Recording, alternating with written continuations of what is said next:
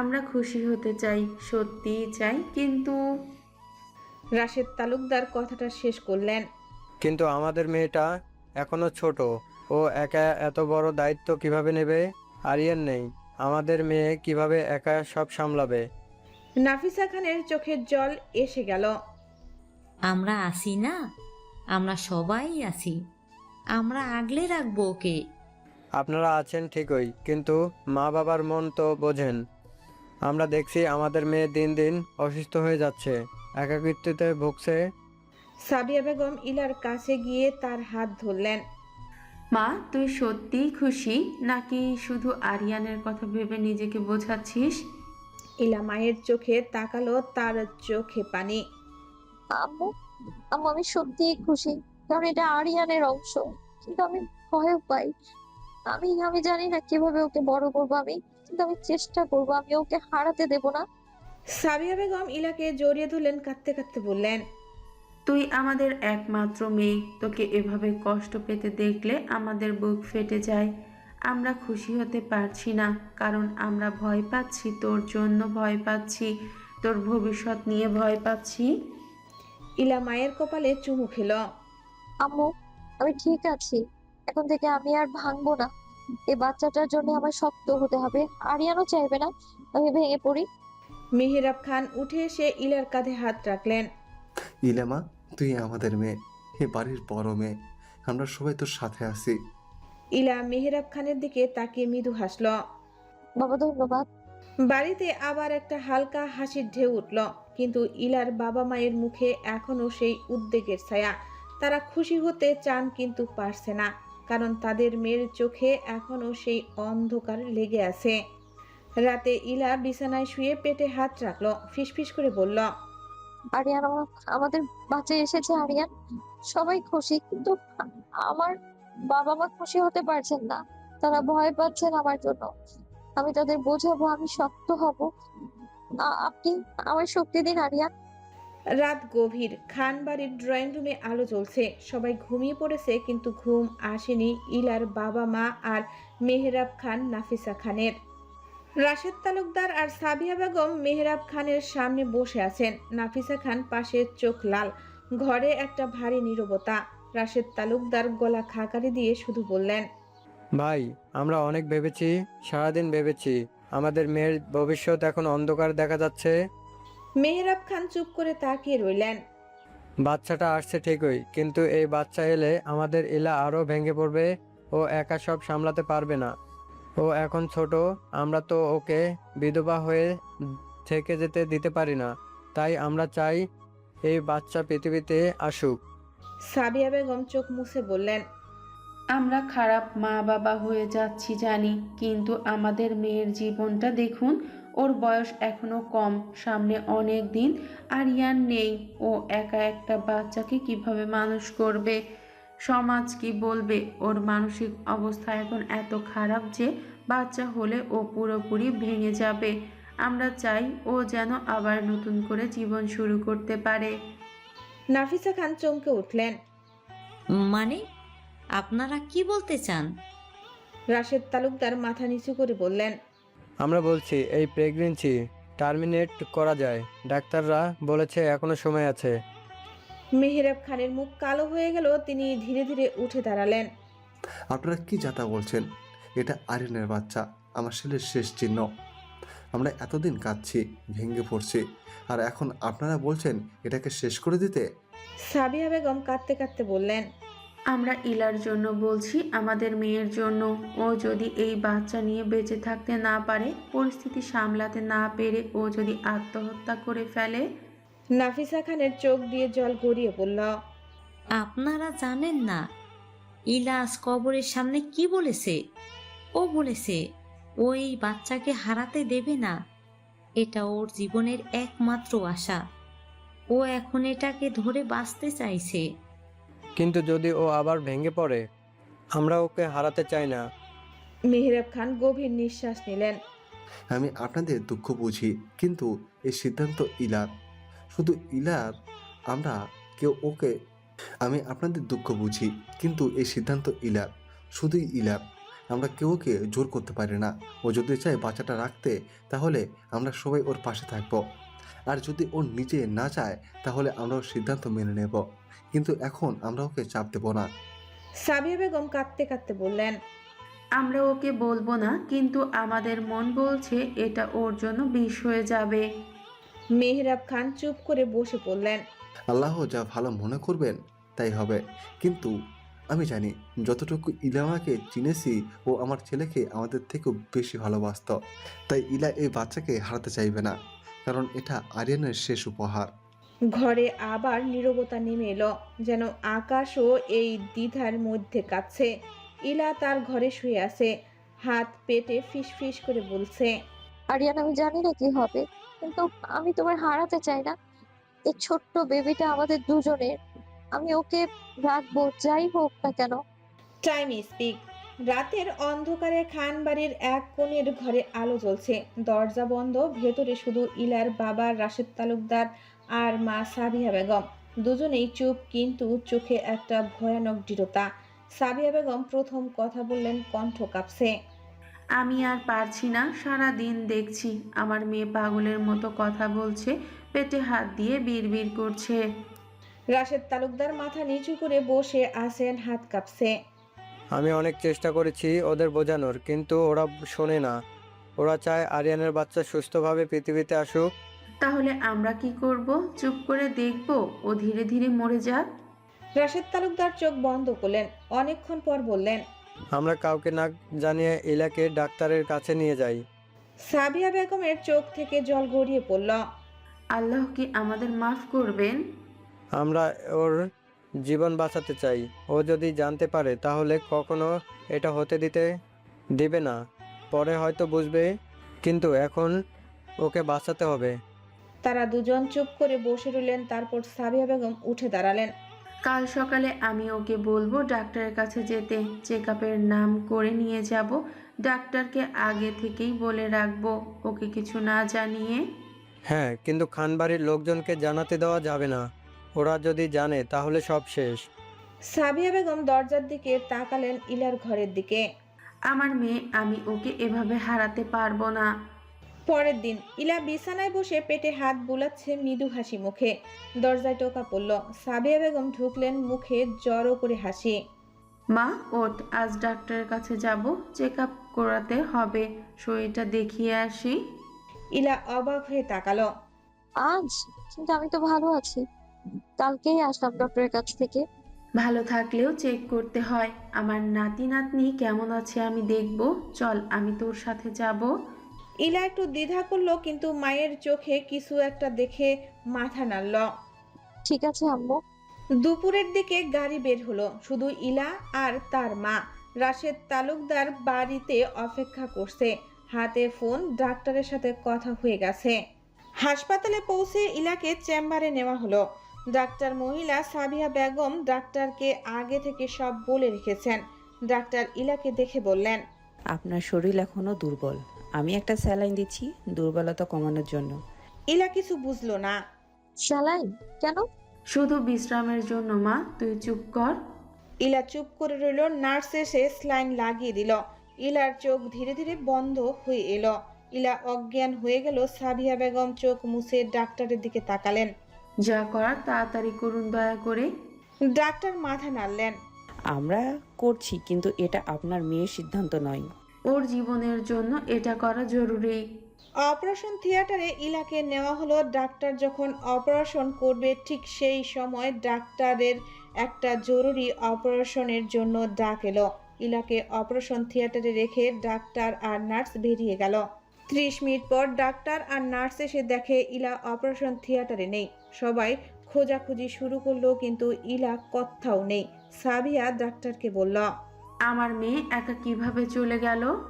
আমি যে ইঞ্জেকশন দিয়েছি সেটা 6 ঘন্টার আগে জ্ঞান ফিরবে না। তাহলে আমার মেয়ে কিভাবে হারিয়ে গেল? হাসপাতালের করিডোরে সাবিহা বেগম পাগলের মতো এদিকে ওদিকে ছুটছে। নার্স আর ডাক্তারদের জেরা করছে, কিন্তু কারো কাছেই কোনো উত্তর নেই। সাবিহার কপালে ঘাম জমেছে, হাত পা ঠান্ডা হয়ে আসছে। ডাক্তার অস্থির হয়ে বললেন, দেখুন, এটা অসম্ভব। পেশেন্ট অ্যানেস্থেসিয়ার প্রভাবে গভীর ঘুমে থাকার কথা, সে নিজে হেঁটে বের হতে পারে না। রাশেদ তালুকদার হাসপাতালে পৌঁছালেন, তার মুখ ফ্যাকাশে। সাবিয়া, ইলা কোথায়? অপারেশন কি হয়েছে? সাবিয়া কাঁদতে কাঁদতে বললেন, জানি না, ডক্টররা বলছে ও কেবিনে নেই, কেউ ওকে নিয়ে গেছে। রাশেদ তালুকদার ধপ করে করিডোরের চেয়ারে বসে পড়লেন। ইলা কোথায় চলে গেল? খানবাড়ির লোকদের কি জবাব দেব? খান বাড়ির ড্রয়িং রুমে মেহেরাব খান আর নাফিসা খান অস্থিরভাবে পায়চারি করছেন। ইলা আর তার মা চেক আপের নাম করে বের হওয়ার পর অনেক সময় পার হয়ে গেছে, কিন্তু তাদের ফোন বন্ধ। নুহা মেহেরাব খানের কাছে এসে বলল, আব্বু, ভাবিরা তো অনেকক্ষণ হয়েছে গেছে, এখনো আসছে না কেন? হঠাৎ আদিপ এসে মেহেরাব খানকে জানালো ইলা হসপিটাল থেকে উধাও, কোথাও খুঁজে পাওয়া যাচ্ছে না। নাফিসা খান চিৎকার করে উঠলেন, উধাও মানে? ইলার কিছু হলে আমি কাউকে ছাড়বো না। মেহেরাব খান কঠোর গলায় আদিপকে বললেন, ইলার বাবাকে ফোন দাও আদিব, এখনই। ফোনের ওপাশ থেকে রাশেদ তালুকদার কাপা কাপা গলায় সবটা স্বীকার করলেন। ইলাকে তারা না জানিয়ে গর্ভপাত করানোর জন্য নিয়ে গিয়েছিল। এই কথা শুনে মেহেরাব খানের রক্ত মাথায় চড়ে গেল। আপনারা এই কাজটা করতে পারলেন? একটা অনাগত প্রাণকে শেষ করতে চাইলেন? রাশেদ তালুকদার কিছু বলতে পারল না। অপর পাশ থেকে ফোন কেটে গেল। হঠাৎ সাবিয়া বেগমের ফোন বেজে উঠল। স্ক্রিনে ভেসে উঠল ইলার নাম সেভ করা। সাবিয়া দ্রুত ফোন ধরলেন। মা, তুই কোথায়? ওপাশ থেকে একটা কণ্ঠ শোনা গেল, কিন্তু ইলার কণ্ঠ নয়, বরং এক ভারী পুরুষালী কণ্ঠ ভেসে এলো। আপনারা মা বাবা হওয়ার যোগ্যতা হারিয়েছেন। ইলা আমার কাছে নিরাপদ। ওর সন্তানের ক্ষতি করার চিন্তা আর ভুলেও করবেন না, আর ওকে খোঁজার চেষ্টাও করবেন না। লাইনটা কেটে গেল। সাবিয়া বেগম পাথর হয়ে দাঁড়িয়ে রইলেন। কে এই ব্যক্তি, আর ইলাকেই বা কেন নিয়ে গেল তার সাথে? সাবিয়া বেগমের হাত থেকে ফোনটা ধপ করে মেঝেতে পড়ে গেল। তার চোখের সামনে অন্ধকার নেমে আসছে। ফোনের সেই ভারী কণ্ঠস্বরটা এখনো তার কানে বাজছে। রাশেদ তালুকদার সাবিয়াকে ধরলেন। কি হয়েছে? ইলা কোথায়? কে ফোন করেছিল? সাবিয়া শুধু বিড়বিড় করে বললেন, কেউ ওকে নিয়ে গেছে, ও আর আসবে না। আমরা আমাদের মেয়েকে শেষ করে দিলাম। ঠিক সেই মুহূর্তে হাসপাতালের করিডোর কাঁপিয়ে মেহেরাব খান, নাফিসা খান, আদিপ, পরি, হালিমা, নুহা, নেহা আর রায়াত ভেতরে ঢুকলেন। মেহেরাব খানের মুখটা পাথরের মতো শক্ত, আর নাফিসা বেগমের চোখ কান্নায় লাল। মেহেরাব খান সরাসরি রাশেদ তালুকদারের সামনে গিয়ে দাঁড়ালেন। তার গলার স্বর নিচু, কিন্তু অসম্ভব তীক্ষ্ণ। বেআই সাহেব, কখনোই ভাবিনি আপনি এত নিচে নামবেন। আমার ছেলের শেষ স্মৃতিটুকু মুছে দিতে চাইলেন, আর এখন আমার মেয়েটা কোথায় কোথায় লুকিয়ে রেখেছেন? রাশেদ তালুকদার মাথা নিচু করে দাঁড়িয়ে রইলেন। তার কোনো উত্তর নেই। আদিব চিৎকার করতে লাগলো নার্স আর ডাক্তারের সাথে। অপারেশন থিয়েটার থেকে কেউ কিভাবে উধাও হলো? এই হাসপাতালের সিকিউরিটি কোথায়? আমরা সত্যিই জানি না। আমি যখন ফিরে আসি দেখি বেড খালি।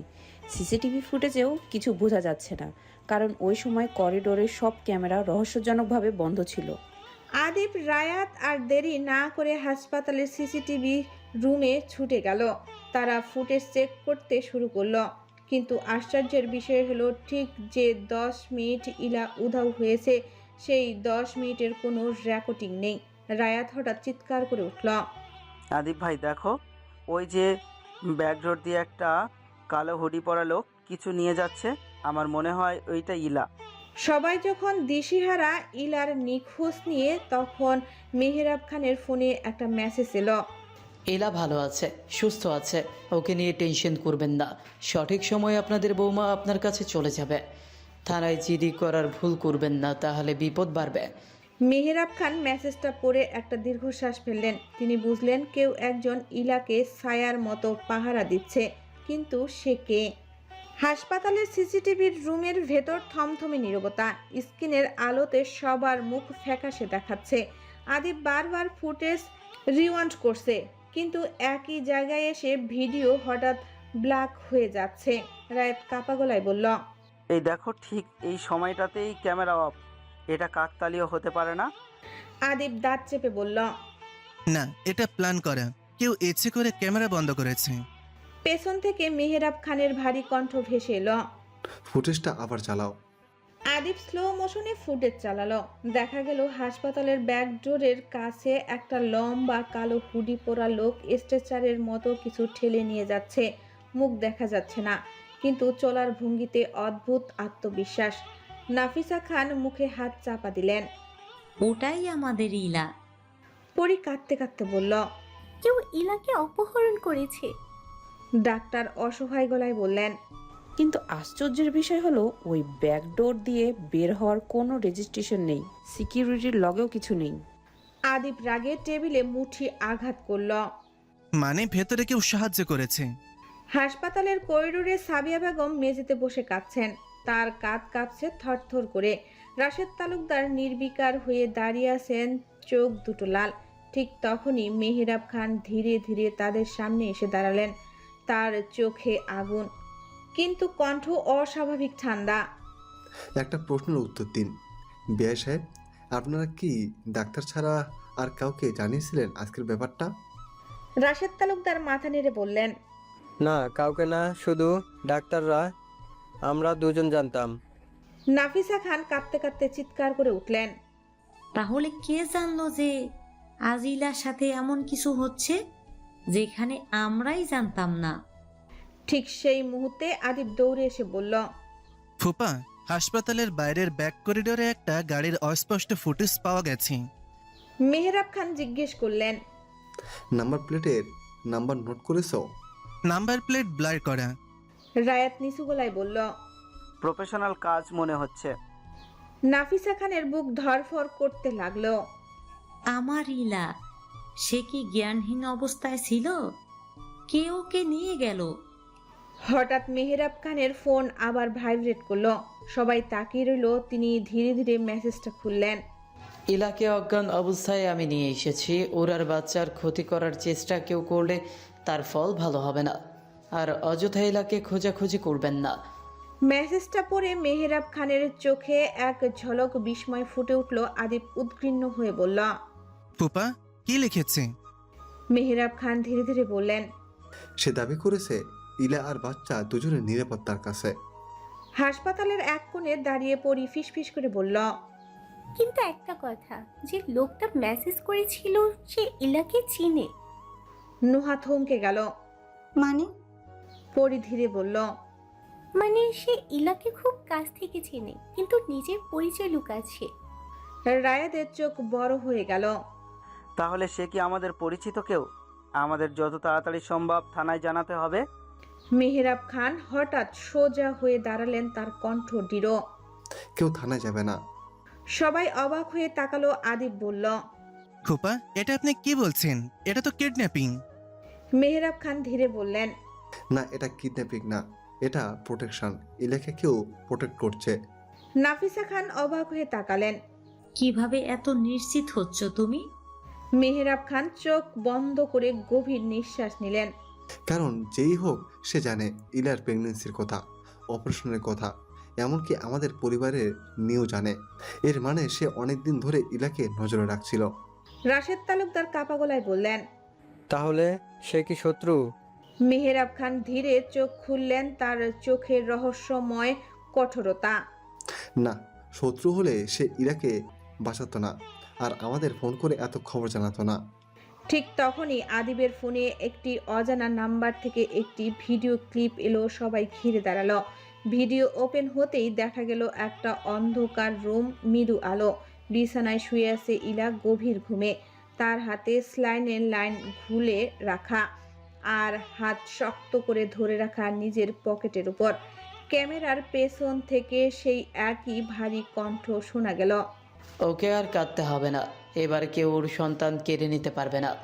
ভিডিও হঠাৎ শেষ হয়ে গেল। নাফিসা খান ফুপিয়ে কাঁদতে লাগলেন। মেয়েটা ঘুমের মধ্যেও নিজের বাচ্চাকে আগলে রেখেছে। সাবিয়া বেগম মেঝেতে বসে পড়লেন, বুক চাপড়াতে চাপড়াতে। আমি পাপ করেছি, আমি নিজের নাতি নাতনিকে মেরে ফেলতে যাচ্ছিলাম। রাশেদ তালুকদারের চোখ দিয়ে নিঃশব্দের জল গড়িয়ে পড়ল।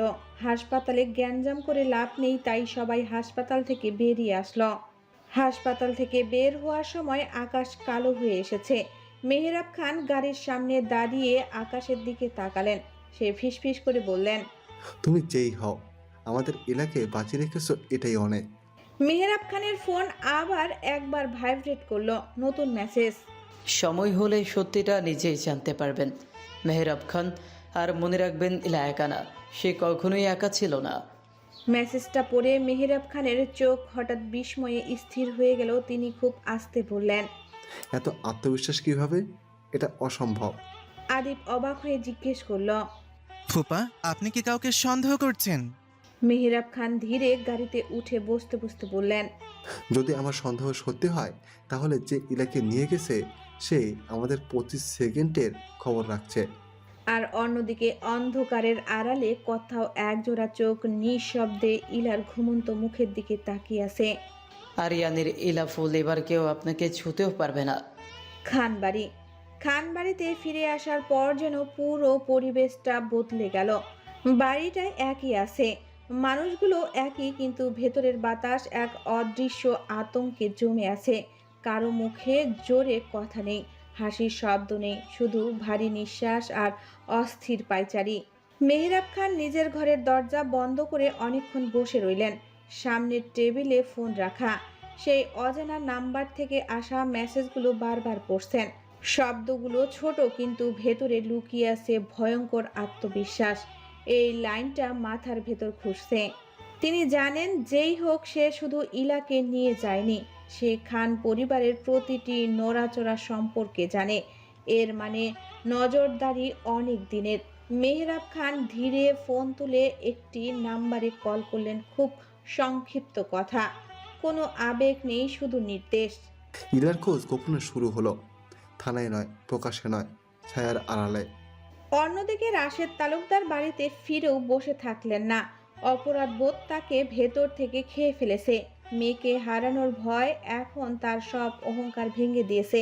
তিনিও তার পরিচিত কয়েকজন বিশ্বস্ত মানুষকে খবর দিলেন। হাসপাতালের আশপাশ, ব্যাকডোরের রাস্তা, আশেপাশের সিসিটিভি সব চেক করার নির্দেশ দিল। অন্যদিকে আদিপ সবাইকে রেখে রায়াত সহ আবার হাসপাতালে গেল। সে গাড়ির অস্পষ্ট ফুটেজটা সংগ্রহ করছে।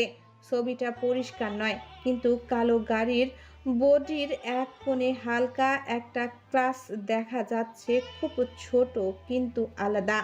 সে শহরের কয়েকটা পরিচিত গ্যারেজে ছবি পাঠালো। যদি কোনো গাড়ি এই রকম ক্ষত নিয়ে আসে মেরামত করতে, খবর যেন সঙ্গে সঙ্গে দেওয়া হয়। তার চোখে ঘুম নেই, মাথার ভেতর শুধু একটাই প্রশ্ন, ইলা কি জ্ঞান ফেরার পর ভয় পেয়ে যাবে? মানসিকভাবে ও এমনি অসুস্থ। রায়াত অন্য পথ নিল। সে বুঝেছে হাসপাতালের ভেতরে কেউ সাহায্য না করলে এটা সম্ভব নয়। রায়াত নার্সদের টার্গেট করলো। খুব স্বাভাবিকভাবে কথা বলা, হাসি, হালকা ফ্ল্যাট সব কিছু মিলিয়ে এক নার্সের সাথে বন্ধুত্ব করার চেষ্টা করলো। কিছুক্ষণের মধ্যেই জানা গেল অপারেশন থিয়েটারে ঢোকার আগে একটা অচেনা পুরুষকে কেউ দেখেছিল করিডোরে দাঁড়িয়ে থাকতে। সে নাকি মিলিটারিদের মতোই আত্মবিশ্বাস নিয়ে হাঁটছিল, কিন্তু কেউ ভালো করে দেখেনি। রায়েদের বুকের ভেতরটা ধক করে উঠল।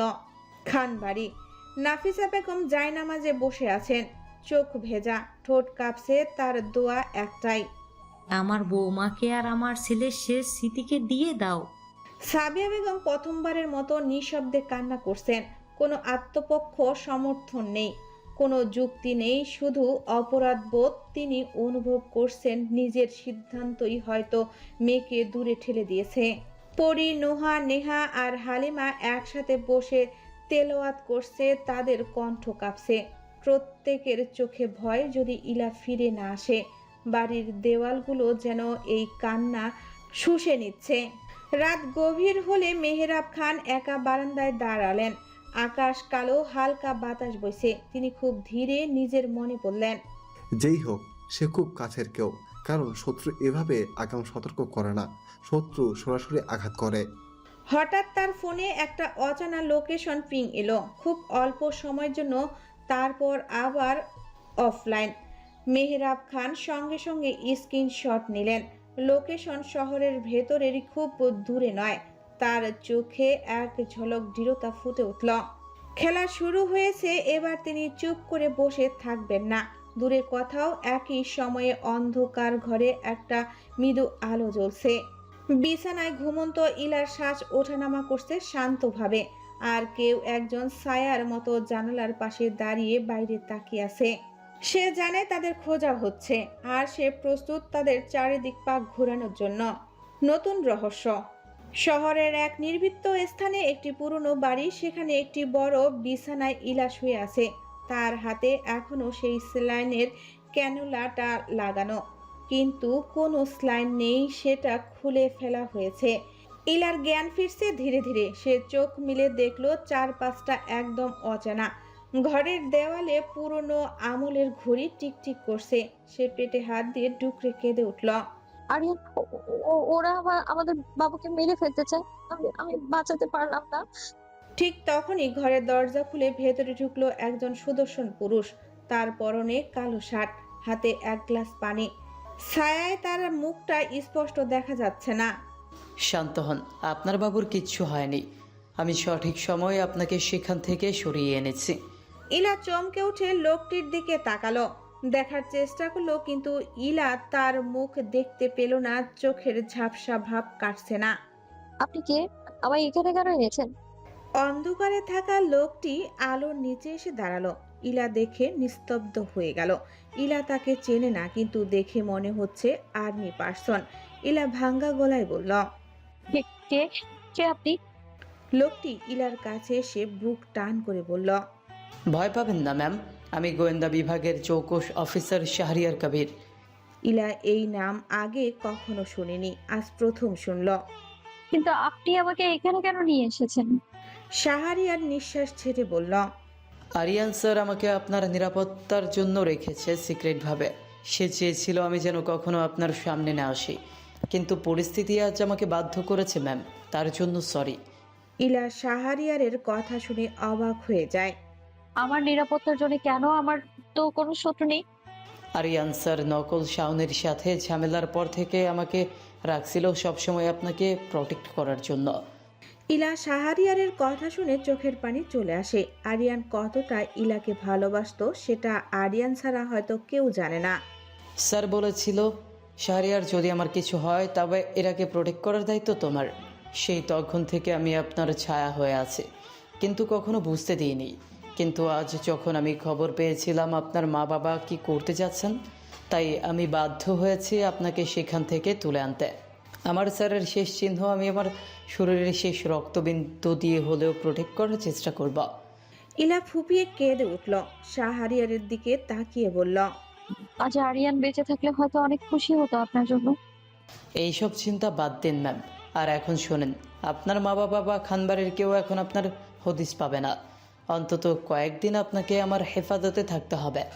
আপনার শরীরের ওপর যে ইঞ্জেকশন পুশ করা হয়েছিল তার অ্যান্টিডোট দেওয়া হয়েছে। আপনি এখন নিরাপদ। আপনাকে অন্তত বাচ্চা না হওয়া পর্যন্ত আমার সাথে থাকতে হবে। দয়া করে আমার সাথে কোঅপারেট করবেন প্লিজ। ইলা জানালার বাহিরে তাকালো। অন্ধকার রাত, দূরে ঝিঝি পোকা ডাকছে। সে মনে মনে বলল, ওয়েস্টিং, আপনি মরেও আমাকে আমার বাচ্চাকে মরতে দিলেন না। আপনি আপনার বন্ধুকে পাঠিয়েছেন আমাদের বাঁচাতে। ঘরে ইলা জানালার বাইরে তাকিয়ে আছে। গত কয়েক ঘন্টা ঝড় যেন তাকে পাথরের মতো করে দিয়েছে। নিজের বাবা মা যখন তার সন্তানের শত্রু হয়ে দাঁড়িয়েছিল, তখন আরিয়ানের পাঠানো বন্ধু শাহরিয়ার তাকে উদ্ধার করেছে। শাহরিয়ার ঘরে ঢুকে ইলার সামনে এসে বসল। তার হাতে একটি রূপলি রঙের পেন ড্রাইভ। সে সেটা ইলার দিকে বাড়িয়ে ধরল। ম্যাম, আরিয়ান স্যার বর্ডারে যাওয়ার ঠিক আগে আমাকে এটা দিয়ে বলেছিল, শাহরিয়ার, যদি আমি আর না ফিরে আসি তবে ইলা যখন এক হয়ে পড়বে তখন ওকে এটা দিবি। আর আজ সেই সময় এসেছে। ইলা কাপা কাপা হাতে পেন ড্রাইভ নিল। তার মনে হচ্ছে এটা শুধু একটা যন্ত্র নয়, আরিয়ানের শেষ স্পর্শ। শাহরিয়ার একটা ল্যাপটপ দিয়ে ঘর থেকে বেরিয়ে গেল ইলাকে কিছুটা একান্তে সময় দেওয়ার জন্য। ইলা ল্যাপটপটি খুলে পেন ড্রাইভটি কানেক্ট করলো। স্ক্রিনে একটি ফোল্ডার ভেসে উঠল। আমার ইলা ফুলের জন্য। ফোল্ডারটি খুলতেই একটি ভিডিও ফাইল প্লে হলো। স্ক্রিনে আরিয়ানের ইউনিফর্ম পরা, সেই তীক্ষ্ণ চোখ, কিন্তু মুখে সেই মায়াবী হাসি। ইলা স্ক্রিনে হাত রাখলো, যেন আরিয়ানকে ছুঁতে চাইছে। ভিডিওতে আরিয়ান, ইলাফুল, যদি তুমি এই ভিডিওটা দেখছো, তার মানে আমি এখন তোমার থেকে অনেক দূরে। হয়তো আকাশের কোনো তারা হয়ে তোমাকে দেখছে। আমি জানি আমার দেওয়া কথা আমি রাখতে পারিনি, সেটার জন্য আমাকে মাফ করে দিও। কেঁদো না লক্ষ্মীটি, আমি জানতাম তুমি একা ভেঙে পড়বে আমাকে ছাড়া। তাই আজ এই ভিডিওটা তোমার জন্য রেকর্ড করে রাখছে। আমাদের সেই স্বপ্নের বাড়ির কথা মনে আছে? সিলেটের সেই নিরিবিলি জায়গাটা, যেটার দলিল তোমার কাছে আছে। হ্যাঁ, সেটার কাজ আমি অনেক আগে থেকে শুরু করে দিয়েছি। আমি চেয়েছিলাম মালদ্বীপ থেকে ফিরে তোমাকে আরও একটা সারপ্রাইজ দিতে, কিন্তু সেটা হয়তো আমার স্বপ্ন থেকে গেল। আর শোনো, আমার সব সেভিংস, ইন্স্যুরেন্স, সব অর্থ তোমার আর আমাদের অনাগত সন্তানের নামে ফিক্সড করে রেখেছে। সে কাগজ আমার অফিসের লকারে আছে। ইলার চোখের পানি ল্যাপটপের কিবোর্ডে টপটপ করে পড়ছে। আরিয়ান ভিডিওতে আবার বলতে শুরু করলো, ইলাফুল, আমি জানি তোমার বাবা মা হয়তো তোমাকে নিয়ে দুশ্চিন্তা করবেন। আমি মারা গেলে কিন্তু আমি চাই তুমি শক্ত হও। তুমি আরিয়ানের স্ত্রী, একজন বীরের স্ত্রী। আমার অবর্তমানে তুমি আমাদের এই ছোট্ট প্রাণটাকে বড় করবে। এই বাগান বাড়িতে আমাদের সব স্মৃতি থাকবে। টাকা বা আশ্রয়ের জন্য তোমাকে কারোর সামনে হাত পাততে হবে না। তুমি সবসময় ভালো থাকো, এটি আমার শেষ চাওয়া। ভালো থেকো আমার ইলাফুল। আরিয়ান ক্যামেরার লেন্সে চুমু খেলো। ইলার মনে হয় এটা তার কপালে এসে লাগলো। ভিডিওটি শেষ হলো। ইলা নিস্তব্ধ হয়ে বসে রইল। তার ভয়েস কিং তারকে শুধু ভালোবাসাই দেয়নি, তার পুরো জীবনের সুরক্ষাও নিশ্চিত করে গেছে। কিছুক্ষণ পর শাহরিয়ার ভেতরে এলো। ইলা চোখ মুছে তার দিকে তাকালো। শাহরিয়ার ভাই, আমাকে এখনই সিলেটের ওই বাড়িতে যেতে হবে। আমি আর কারো আশ্রয় থাকতে চাই না। আমি জানি ম্যাম, আরিয়ান স্যার আমাকে আগেই বলে রেখেছিল ওই বাড়ি বানানোর কথা। ওটা এখন সম্পূর্ণ তৈরি, কিন্তু আপনার নিরাপত্তার কথা ভেবে এখনই ওখানে যাওয়া ঠিক হবে কি আপনার? বাবা মা আর খান বাড়ির লোকজন আপনাকে এখন পাগলের মতো খুঁজছে। আমি আর ভয় পাই না। যারা আমার সন্তানকে শেষ করতে চেয়েছিল তাদের থেকে আমি দূরে থাকতে চাই। আপনি আমার সাহায্য করুন। শাহরিয়ার মাথা নাড়ল। সে জানে আরিয়ানের মতো ইলাও অনেক জেদি। ওইদিকে মেহরাব খান আর নাফিসা বেগম হাসপাতালের সিসিটিভি ফুটেজ দেখে কিন্তু কোনো কিছু খুঁজে পায় না। মেহরাব খানের ফোনে একটা আবার মেসেজ আসে। সেটা দেখে মেহরাব খান আদিব আর রায়াতকে বলে যত তাড়াতাড়ি সম্ভব গাড়ি বের করতে। ফুপা, আমরা কোথায় যাচ্ছি? ইলার খোঁজ পেয়েছি, তাড়াতাড়ি চলো। আদিব আর কথা না বাড়িয়ে গাড়ির ড্রাইভিং সিটে বসে পড়ল। রায়াত তালুকদার এসে বলল, বেয়াই, আমি যাব আপনাদের সাথে। মেহরাব খান কিছু না বলে এগিয়ে এসে বসার জায়গা করে দিল। আদিব কিছুটা রাগ রাশেদ তালুকদার আর সাবিয়া বেগমের উপরে। যে এই পদক্ষেপ দিয়েছে সে ভালো করে কাজটা। পদক্ষেপ নেওয়াটাই স্বাভাবিক। আপনারা বাবা মা হয়ে যা করছেন সেটা ক্ষমার যোগ্য নয়। গাড়িটা দ্রুত ছুটছে রাতের অন্ধকার রাস্তা ধরে। আদিব স্টারিং এ শক্ত করে ধরে আছে চোখের সামনে। পেছনের সিটে মেহরাব খান ফোনটা হাতে নিয়ে বারবার স্ক্রিনের দিকে তাকাচ্ছে। মেসেজটা এসেছে একটা অজানা নাম্বার থেকে, শুধু একটা লোকেশন। ইলা এখানে আছে, তাড়াতাড়ি আসুন। মেহরাব খানের মুখে একটা আশার আলো জ্বলে উঠেছে। তিনি রাশেদ তালুকদারকে বললেন, এই লোকেশনটা দেখেন বেয়াই, এটা ঢাকা রোডের কাছাকাছি। বেয়াই, আমার মনে হয় এটা সত্যি হতে পারে। যাই হোক, চলুন দেখি। আমার মেয়ে যদি সেখানে থাকে। আদিব মুখ না ফিরিয়ে বলল, ফুপা, এই নাম্বারটা কার? কেন কেউ এইভাবে লুকিয়ে লুকিয়ে মেসেজ পাঠাচ্ছে? আর সিসিটিভিতে কিছু না পাওয়ার পর হঠাৎ এই মেসেজ? মেহরাব খান একটু থমকে গেল। তার মনের মধ্যে একটা সন্দেহের ছায়া পড়ল, কিন্তু ইলার কথা ভেবে তিনি সন্দেহকে দূরে সরিয়ে দিলেন। যাই হোক, আমরা যাচ্ছি। যদি ইলা সেখানে থাকে তাহলে সব ঠিক হয়ে যাবে। গাড়ি ঘন্টাখানিক ছুটে একটা নির্জন এলাকায় এসে পৌঁছালো। লোকেশন পিন অনুযায়ী এটা একটা পুরনো গুদাম ঘরের কাছে। চারপাশে অন্ধকার, দূরে দূরে কয়েকটা আলো জ্বলছে। গাড়ি থামতেই মেহরাব খান দ্রুত নেমে পড়লেন। রাশেদ আর আদিবও নামল, কিন্তু গুদাম ঘরের সামনে কেউ নেই। দরজা খোলা, ভেতরে অন্ধকার। মেহরাব খান ফোনের টর্চ জ্বালিয়ে ভেতরে ঢুকলেন। ইলা, ইলা আসো। শুধু প্রতিধ্বনি ফিরে এলো, কোনো সাড়া নেই। আদিব চারপাশে তাকালো। মেঝেতে কিছু পুরনো কাগজ, ভাঙ্গা কাঠের বাক্স, কিন্তু ইলার কোনো চিহ্ন নেই। ফুপা, এখানে কেউই নেই, এটা ফাঁকা। মেহরাব খানের মুখ ফ্যাকাশে হয়ে গেল। তিনি আবার ফোনটা দেখলেন। লোকেশন এখনো সেখানেই আছে, কিন্তু কোনো মানুষ নেই। হঠাৎ তার মনে পড়ল এই ধরনের লোকেশন শেয়ার করা যায় স্পুফিং অ্যাপ দিয়ে। কেউ ইচ্ছে করে আমাদের এখানে টেনে এনেছে। এটা এটা একটা ফাঁদ। কেউ আমাদের ভুল পথে দেখিয়েছে। আদিপ রাগে ফেটে পড়ল। আমি তো আগেই বলেছিলাম এই মেসেজ কার কেন এমন করছে, যে ইলাকে নিয়ে গেছে সে চায় না আমরা তাকে খুঁজে পাই, আর এই লোকেশন এইটা ফেক, পুরোই ফেক।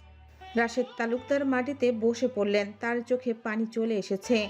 আমার মেয়ে, আমার নাতি নাতনি কোথায় গেল? আমরা যা করছি তার শাস্তি কি এটাই? রাশেদ তালুকদারের মনে হচ্ছে তার সিদ্ধান্তের জন্যই আজ এই অবস্থা। আদিপ ফোন বের করে বলল, আমি পুলিশকে জানাচ্ছি এই নাম্বার ট্র্যাক করতে হবে, আর এই যে মেসেজ পাঠিয়েছে তাকে খুঁজে বের করতেই হবে। ওইদিকে দূরের একটি নিরাপদ বাড়িতে ইলা জানালার পাশে দাঁড়িয়ে আছে। শাহরিয়ার তার পাশে এসে বসল। ম্যাম, আমি একটা ফেক লোকেশন পাঠিয়েছি তাদের কাছে। তারা এখন ঢাকার দিকে ছুটছে। ইলা চুপ করে তাকালো। তার চোখে কোনো রাগ নেই, শুধু একটা গভীর কষ্ট। শাহরিয়ার ভাই, আমি চাই না তারা আমাকে আর খুঁজে পাক। আমি শুধু আমার বাচ্চাটাকে নিয়ে শান্তিতে থাকতে চাই। আরিয়ান যা রেখে গেছে সেটাই আমার সব। শাহরিয়ার মাথা নাড়ল। আমি আপনার সাথে আছি ম্যাম। রাত গভীর হচ্ছে। একদিকে ইলা তার নতুন জীবনের স্বপ্ন দেখছে আরিয়ানের স্মৃতি নিয়ে, অন্যদিকে মেহরাব খানরা ফাঁকা গুদাম ঘরে দাঁড়িয়ে বুঝতে পারছে না কি করবে। দূরে কোনো কুকুরের ডাক আর বাতাসের পাতায় খসখস শব্দ। মেহরাব খানের গাড়িটা ফাঁকা গুদাম ঘরের সামনে থেমে আছে। তিনি সামনের সিটে হেলান দিয়ে বসে আছেন, চোখ বন্ধ, কিন্তু ঘুম আসছে না। পাশে আদিপ ফোনটা হাতে নিয়ে বারবার রিফ্রেশ করছে, যেন কোনো নতুন মেসেজ আসবে। রাশেদ তালুকদার পেছনের সিটে চুপচাপ মাথা নিচু করে। হঠাৎ মেহরাব খানের ফোনটা ভাইব্রেট করলো। একটা নতুন মেসেজ, অজানা নাম্বার। মেসেজটা খুলতেই তার হাত কেঁপে উঠল। বেশি চালাকি করবেন না মেহরাব খান। আজকের এই ফেক লোকেশনটা শুধু একটা সতর্ক বার্তা। ইলা সুস্থ আছে, ভালো আছে, তার বাচ্চাটাও নিরাপদ। সঠিক সময় যখন সে নিজে চাইবে তখনই সে আপনাদের কাছে ফিরে যাবে। ততক্ষণ পর্যন্ত খোঁজাখুঁজি বন্ধ করুন। আর যদি পুলিশে খবর দেন বা আরও চালাকি করেন তাহলে পরিণাম খুব খারাপ হতে পারে। ইলার জন্য ভালো, চান তো চুপ করে থাকুন। মেহরাব খানের মুখটা ফ্যাকাশে হয়ে গেল। ফোনটা হাত থেকে প্রায় পড়েই যাচ্ছিল। আদিপ ঝুঁকে দেখল। কি হয়েছে ফুপা? মেহরাব খান কাপা গলায় বললেন, পড়ে দেখ। আদিপ মেসেজটা পড়ে চোখ বড় বড় করে তাকালো। এটা কে পাঠিয়েছে? যে ইলাকে নিয়ে গেছে সেই তো?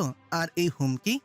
রাশেদ তালুকদারও মেসেজটা দেখে নিঃশব্দে মাথা নাড়ল। তার গলা শুকিয়ে গেছে। আমরা হয়তো সত্যি অনেক দূরে চলে গেছি।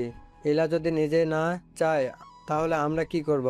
আমি জানি আমার মেয়ে অনেক অভিমানী। মেহরাব খান চোখ বন্ধ করে দীর্ঘশ্বাস ফেললেন। আমি আমার ছেলের বউকে হারাতে চাই না, কিন্তু এই মেসেজে এটা স্পষ্ট বলছে ইলা নিরাপদ। আর আমরা যদি আরো চাপ দিই হয়তো সে আর কখনো ফিরবে না। আদিপ রাগে দাঁতের দাঁত চেপে বলল, কিন্তু আমরা কি চুপ করে থাকবো? কেউ আমাদের মেয়েকে লুকিয়ে রেখে হুমকি দিচ্ছে আর আমরা কিছুই করব না? মেহরাব খান ধীরে ধীরে মাথা নাড়লেন। না আদিপ, আজ রাতে আমরা বাড়ি ফিরবো, পুলিশকে জানাবো না। কালকে দেখি ইলার রাগ কমে কিনা। আমি চাই না আমার নাতি নাতনির কোনো ক্ষতি হোক। ইলা যদি সত্যি সুস্থ থাকে আর যদি সে ফিরতে চায় তাহলে আমরা অপেক্ষা করব তার ফিরার। গাড়ির ভেতর নীরবতা নেমে এলো, শুধু ইঞ্জিনের হালকা গুঞ্জন।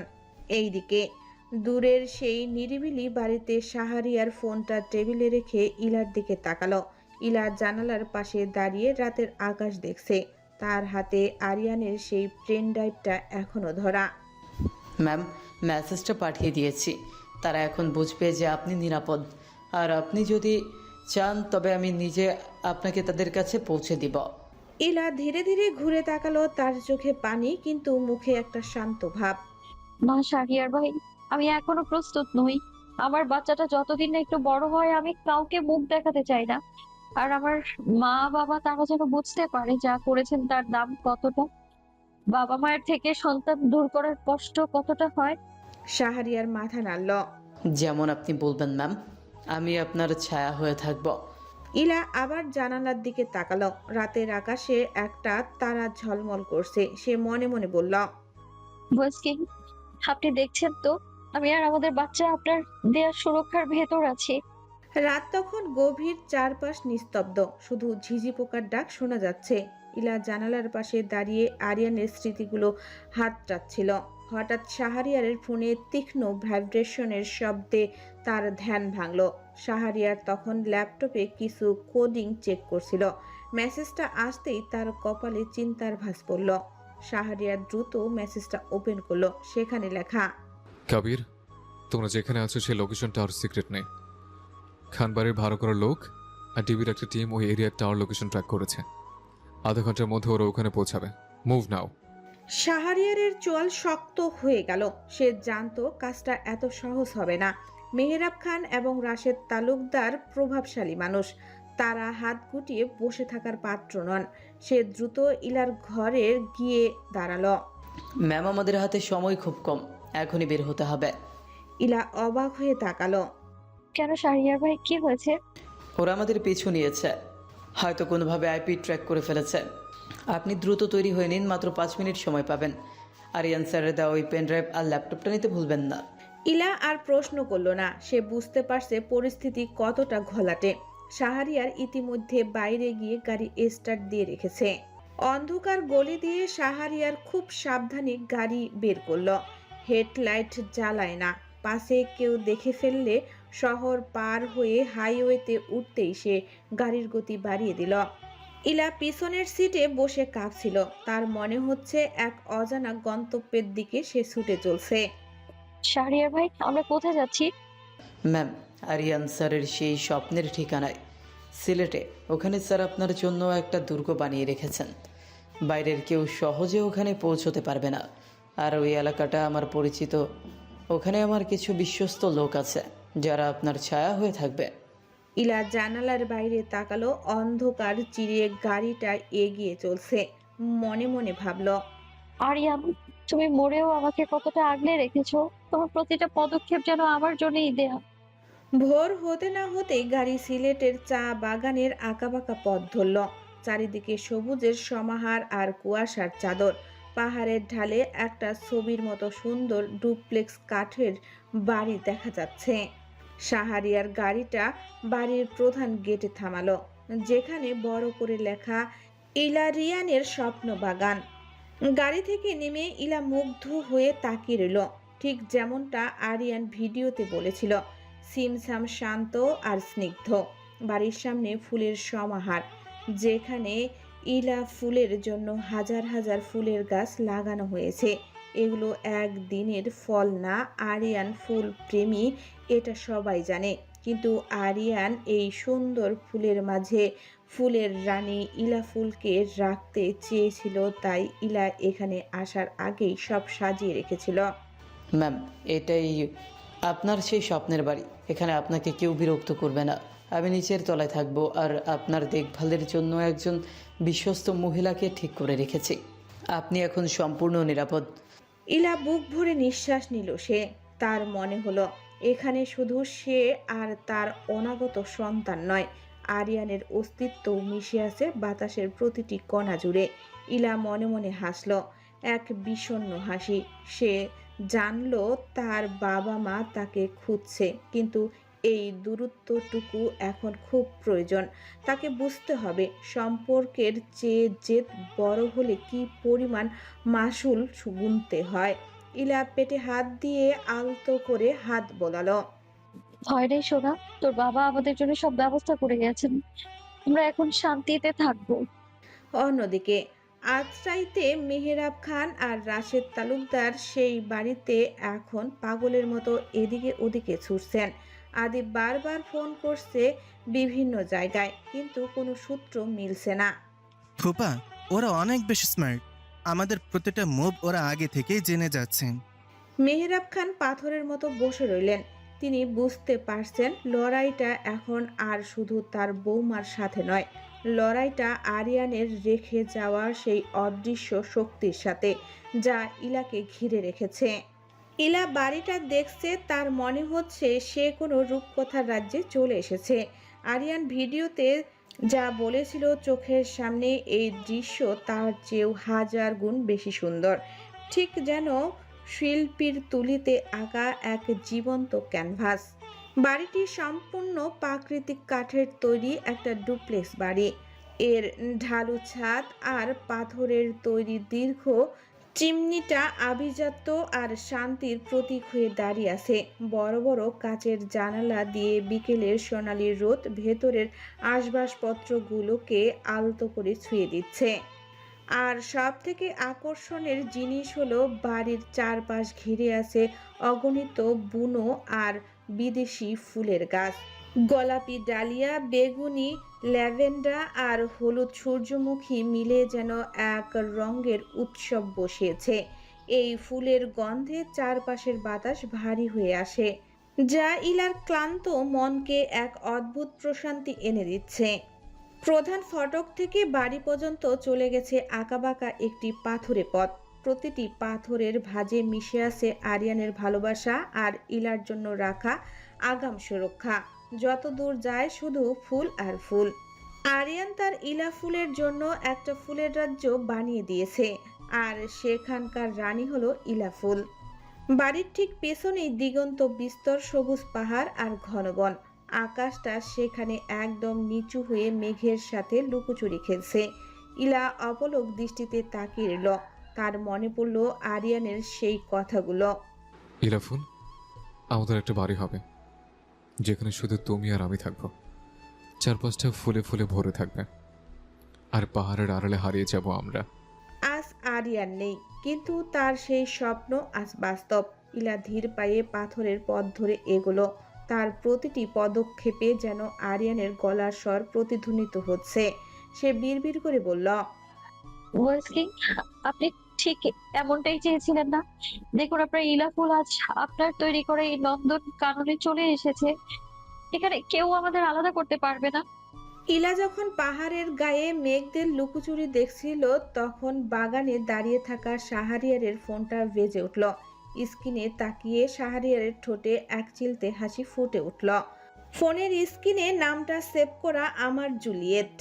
আরিয়ান ফোনটা রিসিভ করে একটু আড়ালে গিয়ে নিচু স্বরে বলল, বলেন ম্যাডাম, আপনার খবরাখবর কি? আমার শ্বশুর মশাইয়ের এখন কি অবস্থা? ওনারা কি এখন ওনার ছেলের বউকে পাগলের মতো খুঁজছেন, নাকি কিছুটা শান্ত হয়েছেন? ফোনের ওপাশ থেকে নোহা দীর্ঘশ্বাস ফেলে গম্ভীর গলায় বলল, কাবির, মজা ছাড়ো। তুমি কাজটা মোটেও ঠিক করছো না। অন্তত আব্বু আম্মুকে সত্যিটা জানানো উচিত ছিল। ইলা ভাবিকে নিয়ে ওনারা কি যে পরিমাণ টেনশন করছেন সেটা তুমি সামনে না থাকলে বুঝবে না। আম্মু তো খাওয়া দাওয়া প্রায় ছেড়ে দিয়েছেন। শাহরিয়ারের মুখের হাসি কিছুটা মিলিয়ে গেল।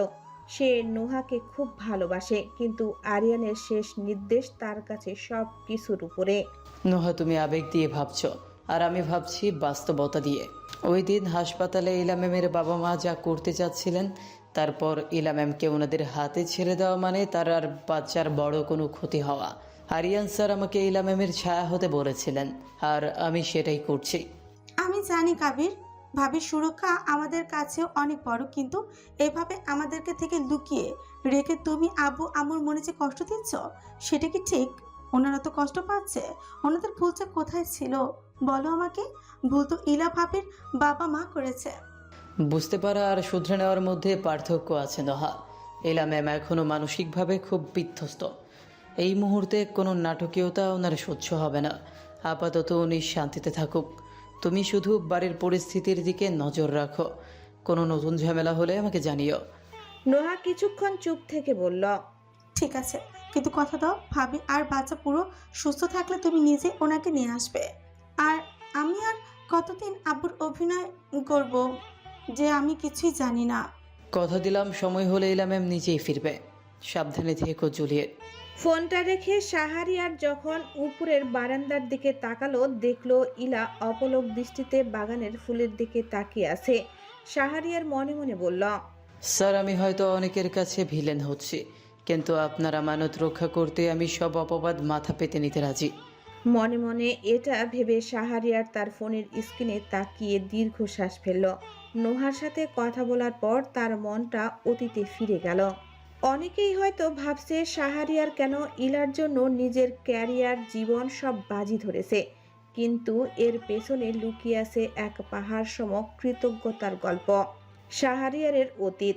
শাহরিয়ার এই দুনিয়ায় একদম একা। এতিমখানায় বেড়ে ওঠা ছেলেটার মাথার উপর কোনো দিন আপনজনের ছায়া ছিল না। 2 বছর আগে ঘটনাক্রমে নোহার সাথে তার পরিচয় এবং প্রেম। নোহা তখন ক্লাস 9-এ পড়ত, কিন্তু একজন এতিম পরিচয়হীন যুবকের পক্ষে খানবাড়ির মেয়ের দিকে তাকানো ছিল দুঃসাহসের নামান্তর।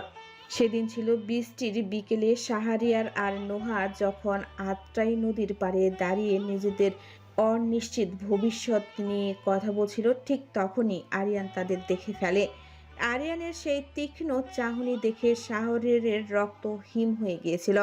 সে ভেবেছিল আজ হয়তো তার শেষ দিন, কিন্তু আরিয়ান সেদিন শাহরিয়ারকে মারধর বা পুলিশে না দিয়ে নিজের গাড়িতে তুলে নিয়েছিল। নির্জন এক জায়গায় গাড়ি থামিয়ে আরিয়ান বলেছিল, আমার বোনকে ভালোবাসার সাহস যখন করেছ, তখন তাকে আগলে রাখার যোগ্যতাও তোমার থাকতে হবে শাহরিয়ার। আমি চাই না আমার বোন কোনো পরিচয়হীন মানুষের সাথে জীবন কাটাক। শাহরিয়ার মাথা নিচু করে বলেছিল, স্যার, আমার এই পৃথিবীতে কেউ নেই। আরিয়ান তখন তার কাঁধে হাত রেখে বলেছিল, আজ থেকে আমি আছি। আমি তোমার সব ব্যবস্থা করছি।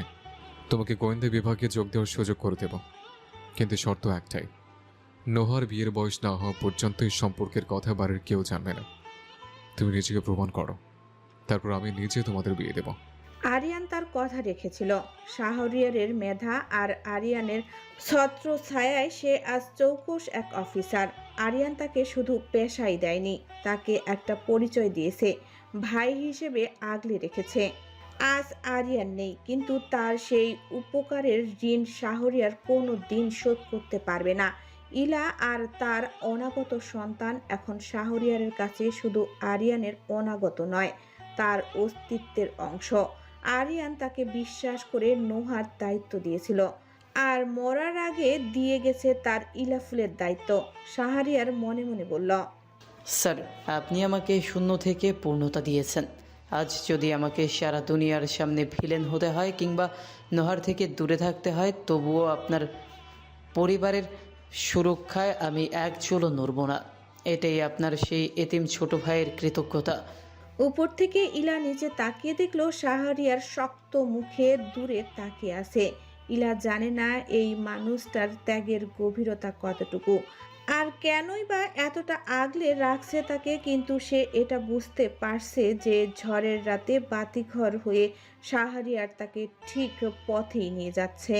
শাহরিয়ার বাগানের রাস্তা দিয়ে হাঁটছিল, তখন তাকে কোনো হিরোর চেয়ে কম মনে হচ্ছে না। 6 ফুট উচ্চতা, সুঠাম দেহের গঠন আর জিম করা পেশিবহুল শরীর সব মিলিয়ে এক চূড়ান্ত পৌরস্বদ্বীপ চেহারা। গোয়েন্দা বিভাগের সেই চৌকোর অফিসার, প্রতিটি পদক্ষেপে মিশে আছে এক অদ্ভুত আভিজাত্য আর স্টাইল।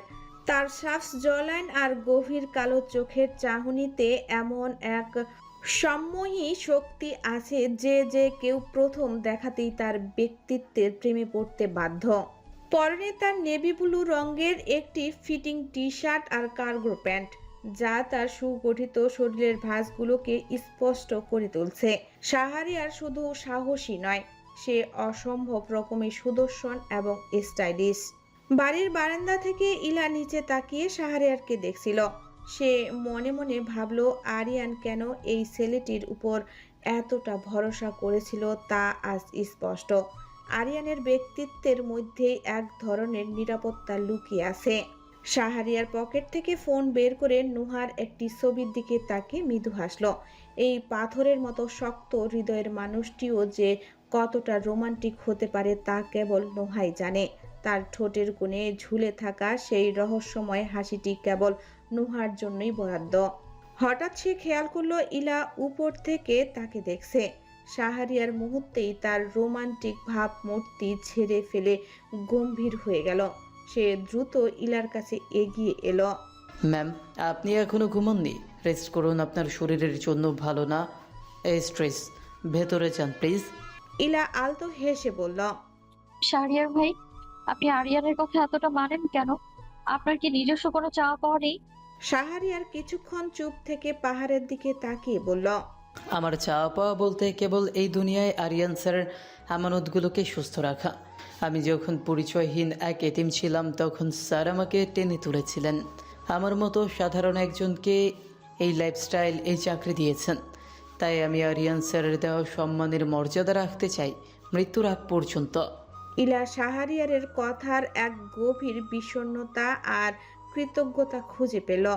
এই মানুষটি নিজের জীবনের রঙিন স্বপ্নগুলো বিসর্জন দিয়ে আজ তার পাশে ঢাল হয়ে দাঁড়িয়ে আছে। শাহরিয়ার ঘড়ি দেখে বলল, ম্যাম, আজ বিকেলে আপনাকে নিয়ে বাগানের চারপাশ একটু হেঁটে দেখাবো। ভয় পাবেন না, এখানে আপনি সুরক্ষিত। ইলা মাথা নাড়ল। সে জানে এই সুদর্শন যুবকের চোখের আড়ালে লুকিয়ে আছে এক ক্ষুরধার মস্তিষ্ক, যা তাকে পৃথিবীর সব বিপদ থেকে আড়াল করে রাখবে। বিকেলের সোনা ঝরা রোদ যখন সিলেটের পাহাড়ের গায়ে আশ্রে পড়ছে, তখন ইলা ধীরে ধীরে বাংলোর সিঁড়ি দিয়ে নিচে নেমে এলো। পরনে তার একটি হালকা সুতি নীল শাড়ি, যা তাকে এই ফুলের পরিবেশে এক অপার্থিব স্নিগ্ধতা দিয়েছে। শাহরিয়ার নিচে আগে থেকেই অপেক্ষা করছিল। ইলাকে আসতে দেখে সে এগিয়ে গিয়ে সম্মানের সাথে একটু দূরত্ব বজায় রেখে দাঁড়ালো। আসুন ম্যাম, এই সময়টা হাঁটলে আপনার মন এবং শরীর দুটোই ভালো থাকবে। তারা দুজন পাথরের পথ ধরে বাগানের দিকে এগিয়ে গেল। চারপাশে ল্যাভেন্ডার আর ডালিয়ার সুবাসে ইলার মনের মেঘগুলো যেন মুহূর্তের জন্য কেটে গেল। ইলা হাঁটতে হাঁটতে হঠাৎ দাঁড়িয়ে পড়ল। শাহরিয়ার ভাই, আরিয়ান তো এখানে আসতে পারেনি, তাহলে এত সুন্দর করে এই বাগানটা সাজানো কে? শাহরিয়ার একটু হাসলো। এই হাসিতে মিশেছিল আরিয়ানের প্রতি গভীর শ্রদ্ধা। আরিয়ান স্যার এটা 2 থেকে 3 মাস আগে থেকেই রেডি করছিল। সম্ভবত স্যার যেদিন জানতে পেরেছে 1 বছর ধরে যে মেয়েকে খুঁজেছে সেটা আপনি, তখন থেকেই স্যার চেয়েছিল আপনাকে 8 মাসে যতটা কষ্ট দিয়েছে তার বদলে 8 যুগেরও বেশি আপনাকে ভালোবাসা দিবে। তাই গোপনে এখানে এইসব করেছে তিনি আমাকে বলতেন।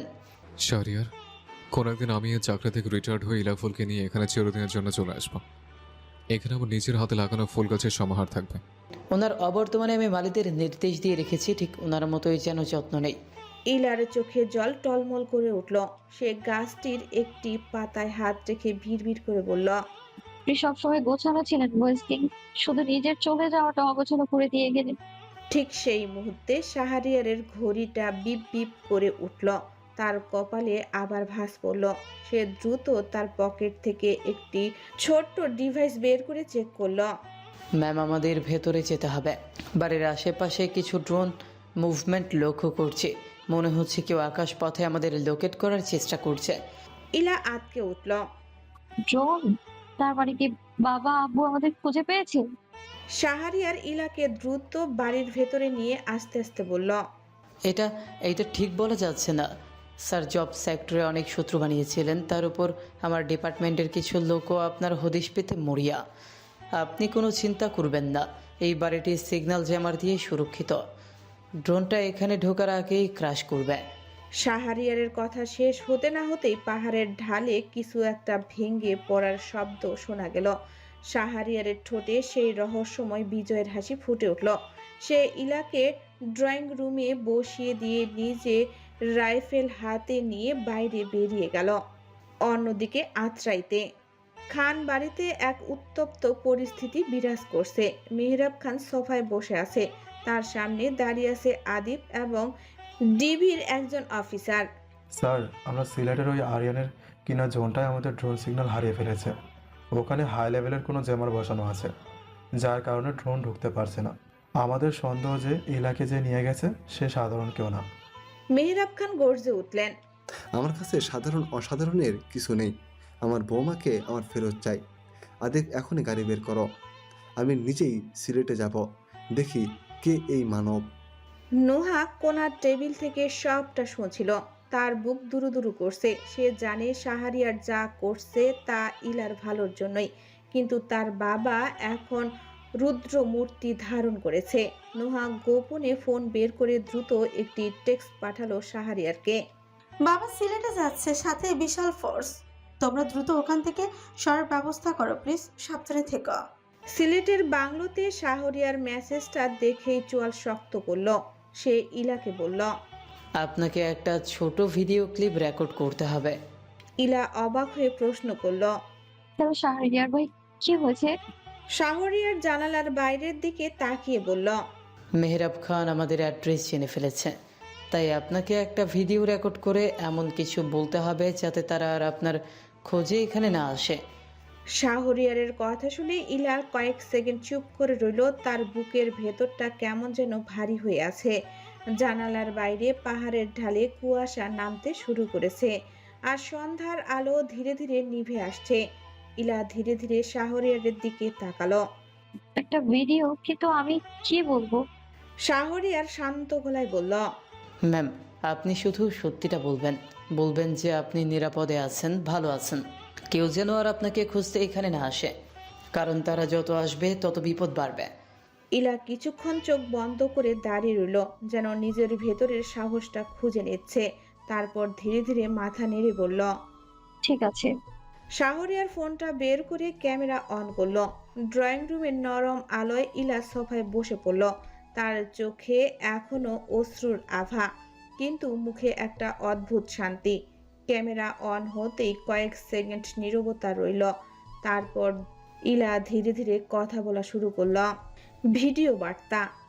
আসসালামু আলাইকুম আব্বা, আব্বু, আম্মা, আম্মু, রায়ত ভাইয়া, আদিব ভাইয়া, হালিমা, পরি, নেহা, নোমা আর বাড়ির সবাই। আমি জানি আপনারা এখন খুব চিন্তায় আছেন, আমায় খুঁজতে হয়তো অনেক জায়গায় চেষ্টা করছেন, কিন্তু আমি আপনাদের একটা কথা পরিষ্কার করে বলতে চাই, নিরাপদে আছি আমি। আমার সাথে কেউ খারাপ কিছু করেনি, কেউ আমাকে জোর করে কোথাও নিয়ে যায়নি, আমি নিজের ইচ্ছেতেই এখানে আছি। আমি জানি আপনারা আমাকে অনেক ভালোবাসেন, তাই আমার জন্য এতটা চিন্তা করছেন, কিন্তু দয়া করে আমার জন্য আর কোনো ঝামেলা জড়াবেন না। আপনারা যদি এখানে আসেন তাহলে আমি সত্যি হারিয়ে যাবার, কখনো খুঁজে পাবেন না আমায়। আমি এখন একটু সময় চাই নিজের জন্য, নিজের মনটা গুছিয়ে নেওয়ার জন্য। আব্বু, তুমি সবসময় বলতে মানুষকে তার নিজের মতো করে বাঁচতে দিতে হয়। আজ আমি শুধু সেই সুযোগটাই চাইছি। তোমরা যদি আমাকে সত্যিই ভালোবাসো তাহলে আমাকে বিশ্বাস করো, ভালো আছি আমি, সত্যিই ভালো আছি। আর একটা কথা আব্বা, দয়া করে কেউ সিলেটে আসবেন না আমায় খুঁজতে, এতে পরিস্থিতি আরো জটিল হয়ে যাবে। আমি সত্যিই চলে যাব অন্য কোথাও। আমি যখন মনে করব সময় হয়েছে তখন নিজেই আপনাদের সামনে গিয়ে হাজির হব। ততদিন পর্যন্ত আমার জন্য দোয়া করবেন। আমি ভালো আছি, আমাকে আমার মতো থাকতে দিন। ভিডিও শেষ হতেই ইলার চোখ বেয়ে একটা অশ্রুবিন্দু গড়িয়ে পড়ল। শাহরিয়ার ফোনটা ধীরে বন্ধ করলো। তার চোখেও যেন অদ্ভুত এক সম্মান ফুটে উঠল। ম্যাম, আপনি খুব সাহসী। ইলা মৃদু হেসে বলল, সাহসী না, শুধু চাই না আর কেউ আমার জন্য কষ্ট পাক। শাহরিয়ার সেই ভিডিওটা সাথে সাথে মেহরাব খানকে পাঠিয়ে দিল। আত্রাইয়ের বাড়িতে মেহরাব খান তখন বের হওয়ার জন্য প্রস্তুত। বাইরে ইতিমধ্যে কয়েকটা গাড়ি দাঁড়িয়ে গেছে। ঠিক তখনই ফোনে ভিডিওটা এলো। আদিব, একটা ভিডিও এসেছে ইলার। সবাই থমকে গেল। ভিডিওটা চালু হতেই পুরো ঘরে নীরবতা নেমে এলো। ইলার কণ্ঠস্বর ঘরের ভেতর ভেসে উঠল, শান্ত, ধীর কিন্তু দৃঢ়। ভিডিও শেষ হওয়ার পর কয়েক সেকেন্ড কেউ কিছু বলল না। মেহরাব খান ধীরে ধীরে সোফায় বসে পড়লেন। তার চোখে কঠিন রাগটা যেন একটু নরম হয়ে এলো। আদিব নিচু গলায় বলল,